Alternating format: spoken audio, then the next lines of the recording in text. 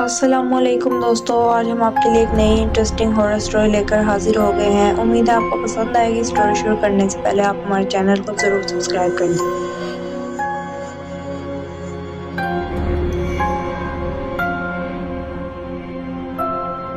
یہ واقعہ آج سے کچھ سال پہلے کا ہے، جب میں اسکول جاتا تھا۔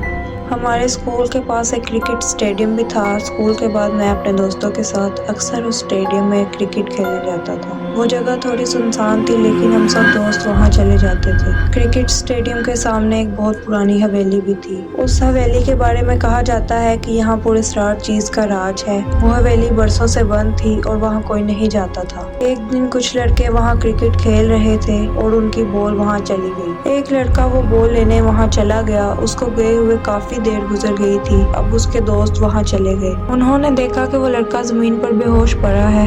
وہ اسے اٹھا کر باہر لے آئے اور اسے ہوش میں لانے لگے۔ جب وہ ہوش میں آیا تو بہت زیادہ گھبرایا ہوا تھا۔ دراصل اس نے ایک عورت کو دیکھا تھا جو سفید لباس پہنے ہوئے تھی۔ وہ بہت زیادہ خوفناک تھی اور اس کے ہاتھ اور پاؤں الٹے تھے۔ جب وہ اس کی طرف آئی تو وہ ڈر سے بے ہوش ہو گیا تھا۔ میرے دوستوں نے مجھے اس واقعے کے بارے میں بتایا۔ میں بہت زیادہ ڈر گیا تھا۔ اس کے بعد ہم وہاں نہیں جاتے تھے۔ ایک دن میرا ایک دوست ہمیں وہاں زبردستی لے گیا۔ جیسے ہی ہم وہاں پہنچے تو میرا وہی دوست عجیب برتاؤ کرنے لگا۔ وہ اچانک اس گھر کی طرف جانے لگا۔ ہم نے اسے روکنے کی بہت کوشش کی، لیکن وہ حویلی کے پاس چلا گیا اور سب سے زیادہ خوفناک منظر یہ تھا کہ وہ اچانک غائب ہو گیا۔ ہم لوگ بہت زیادہ ڈر گئے۔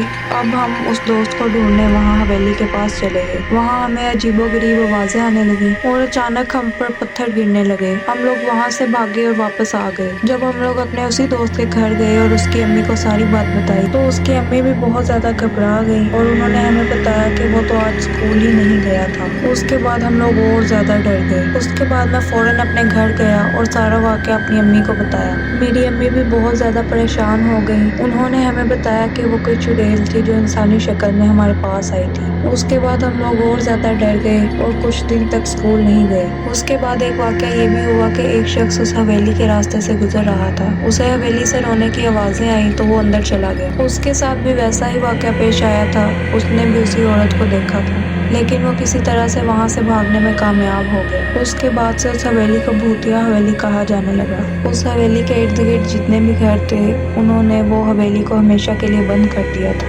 آج تک وہ حویلی ویسے ہی بند ہے اور کوئی وہاں نہیں جاتا، لیکن آج بھی لوگوں کو وہاں سے چیخنے کی آوازیں آتی ہیں اور اس حویلی کا راز کوئی نہیں جانتا۔ امید ہے دوستو آپ کو آج کی سٹوری بہت زیادہ پسند آئی ہوگی۔ ایسی بہت سی سٹوری سننے کے لیے ہمارے چینل کو ضرور سبسکرائب کریں۔